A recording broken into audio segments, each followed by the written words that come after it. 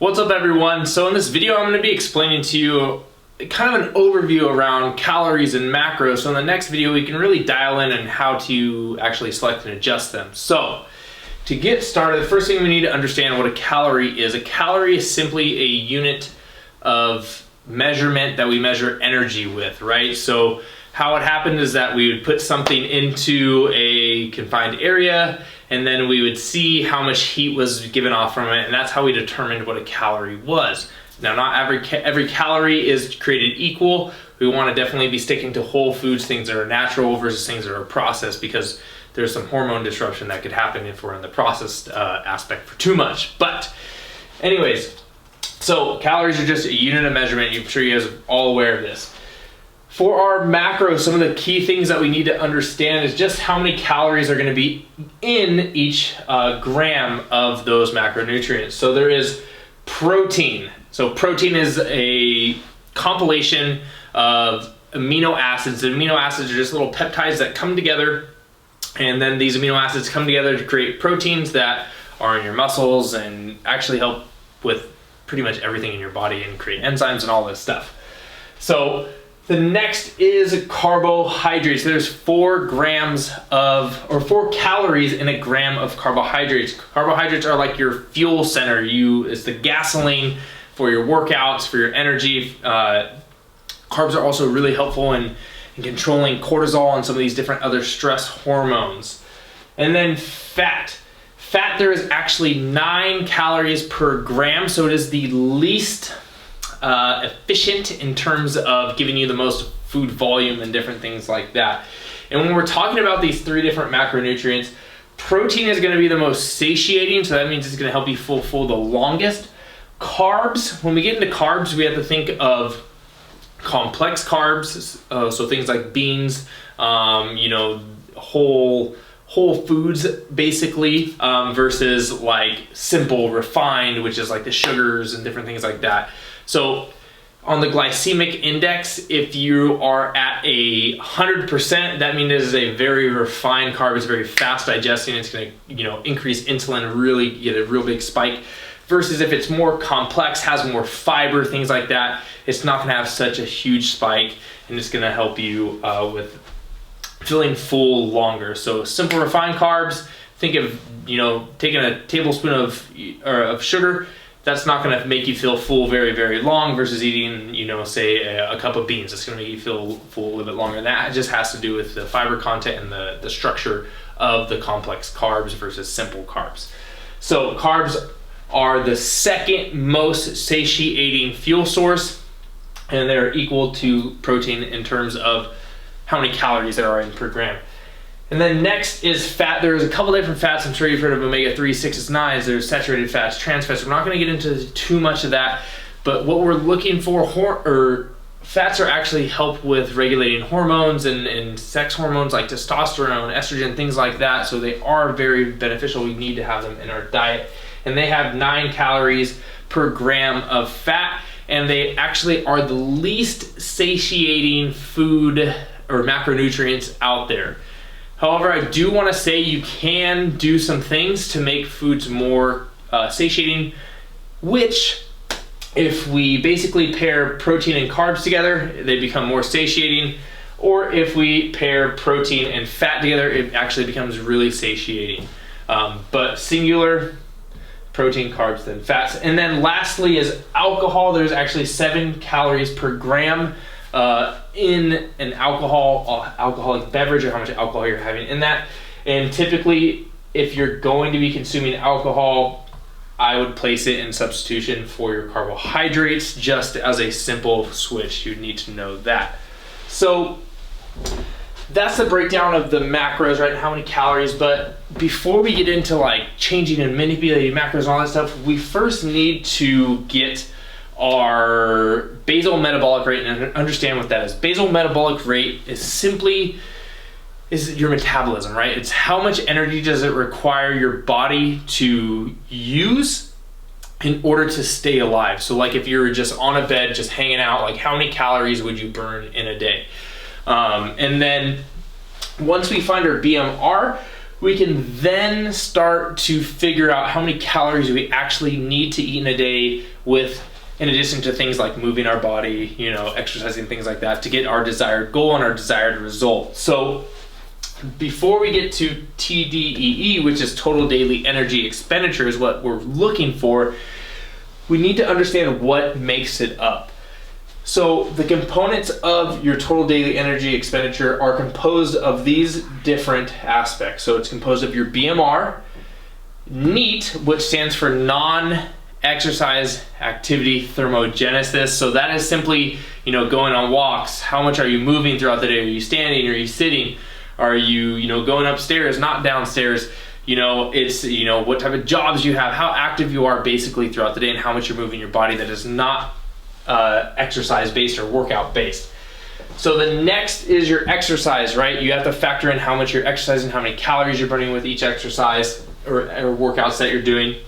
And those two combined will make up your activity level, which we'll get into later, and how you add that into your total daily energy expenditure. And then the last part is the thermic effect of food. So as I was mentioning before, there's a little bit of differences between protein, carbs, and fat, and how full they make you feel. And also with how many calories they burn just to consume them. So when you eat food, actually your body has to use some of the energy that it has to actually burn and process and digest those foods. So protein is going to be your most thermic food. It's going to require the most energy to break it down, and typically it's anywhere from 20, 25, maybe 30% of the total calories is going to be coming from just of the protein is going to take it or require it to burn itself and to use it. Carbs would be second. It's a lot lower. It doesn't require a whole lot, you know, maybe 5, 10%, not even 10%. And then fat is basically like 0. So that is the thermic effect of food.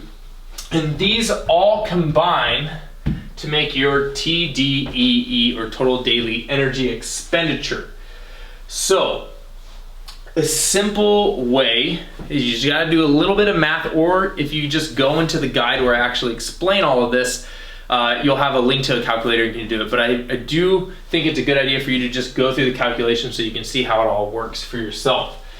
So simple calculation, you're gonna be doing 655 plus 9.6 times your weight in kilograms. So if you weigh 224 pounds, that would be 100 kilograms. You would just take whatever your weight currently is and divide it by 2.24. Next, what you're gonna do, okay, damn it.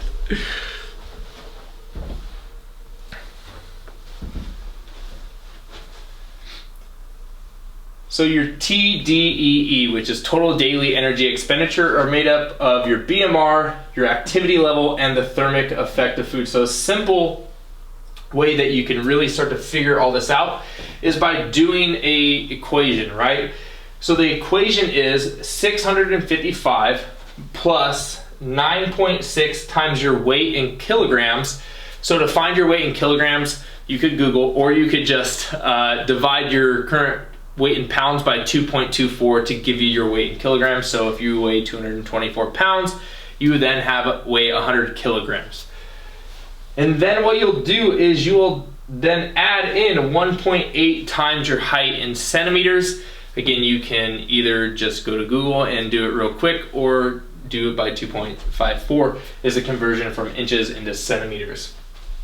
After that, then you're gonna minus your age. So you'll do 4.7 times your age, and you'll minus that from everything.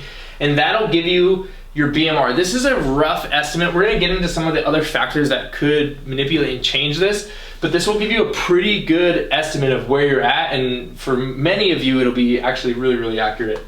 So what you'll do once you find your BMR is then, once you find your BMR, what you'll do is then you'll just multiply it by your activity level. And your activity level is gonna range anywhere from 1.2 being very sedentary, like a desk job and just like moving around a tiny bit throughout the day, all the way up to like 1.9. And think of that as like your elite athlete, like, you know, like a Michael Phelps or an NBA player, basketball player, someone who's like working out 6 times a day, moving a bunch, those are gonna be your 1.9 over here. And in between, there's a range along the way from lightly active to moderate to very active to active. And what you'll see when you check out the guide below, it breaks it all down for you, super simple with descriptions and everything. So check out that guide for that. So you'll do your BMR times activity level, and that gives you your total daily energy expenditure. But what are the things that can factor in, and what are the things that can kind of change this, right? So obviously, the things that are going to change this are whether your gender, your age, your height, your weight, because those all go into the actual equation, right? Those are going to change the variables of what's going on. But other things not commonly talked about is your gut health, right? Your gut health is super important, and the quality and condition of the bacteria that are in your gut, actually, they do a lot for your metabolism. So if you have very poor gut health, this could change how much food and how many calories you're actually digesting, using, absorbing, all that. So it could really impact your metabolism with that, as well as your hormones, you know, your thyroid and your different hormones going on. That your thyroid regulates your metabolism, telling you how many calories you're burning, how many you're saving, if you're in, you know, should I be saving this fat, right? Other hormones like leptin, cortisol, all those different ones, testosterone, those things, they all play an integral role and work synergistically in one another and can manipulate how much your calories you burn with workouts in your day, all of that stuff. This is the biggest one for me, which is we have to take in consideration your previous metabolism. Because if you're someone who's done like crash diets and done yo-yo dieting over and over and over and over, your metabolism has probably adapted and either slowed way down. So for some of you, maybe you're telling me to eat, you know, 2,500 calories, and I haven't eaten over, you know, 1,500 in 4 years. So we have to take in consideration your previous metabolism, because if the coaches just put you on something over these general, you know, averages and getting a good foundation, but you tell us like, hey, I haven't eaten over 1,500 calories in 4 years, well, that's a big factor, because we don't want to just like throw your body a bunch of calories, because you won't be able to process them and use them in the ways that we want you to. And then the last one is just medications. Some medications will actually inhibit or promote more fat burning, calorie burning, or actually kind of inhibit it a little bit and slow that metabolism down. So that's a general overview of macros and calories and things that affect it and all of that. But in the next video, we're gonna get way more detailed and dive way deeper on this, so you learn how to select and adjust all of your macros, your calories, so you can do it for the rest of your life and help others with it as well.